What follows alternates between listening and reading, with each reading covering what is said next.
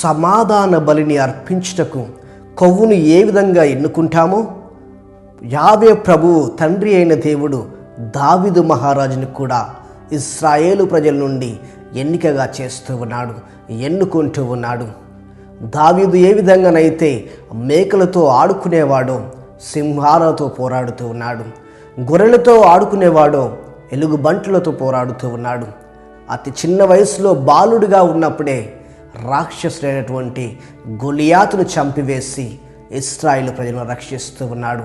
మరి దావీదు అంటూ ఉన్నాడు, ఇదిగో నాకు ఇంత శక్తిని ప్రసాదించింది యావే ప్రభువు మాత్రమే. నేను ప్రభువునకు ప్రార్థించినప్పుడు అతను నాకు ఈ శక్తిని దయచేశాడు అని చెప్పి సిరాపుత్రుడైన యేసు జ్ఞాన గ్రంథము 47వ అధ్యాయము 2వ వచనం నుంచి మనం చదువుతూ ఉన్నాము. ప్రియ సహోదరి సహోదరులారా, కాబట్టి ఈ యొక్క దావీదు మహారాజు తాను చేసిన పనులన్నింటికి కూడా కృతజ్ఞతాబద్ధుడై జీవిస్తూ ఉన్నాడు.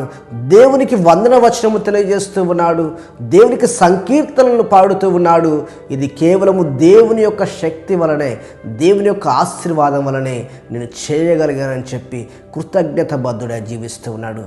కాబట్టి అతని తప్పులన్నీ కూడా, అతని అపరాధాలన్నీ కూడా దేవుడు మన్నిస్తూ ఉన్నాడు. తన రాజసత్వం సింహాసనంని సుస్థిరం చేస్తూ ఉన్నాడు. అందుకే దావీదు సింహాసనంను తరతరముల వరకు సుస్థిరం చేస్తూ ఉన్నాడు. ప్రియ సహోదరి సహోదరులారా, ఎప్పుడైతే దావీదు మహారాజు కృతజ్ఞత బద్ధుడై సంకీర్తనలు దేవుని సన్నిధిలో పాడుతూ ఉన్నాడో దేవుడు అతని అపరాధమును మన్నిస్తూ ఉన్నాడు.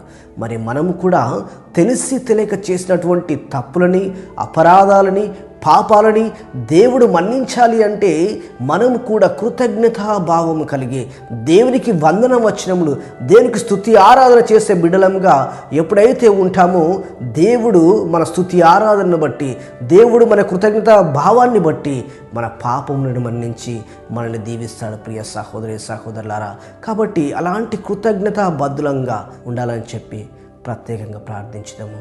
ఆమేన్.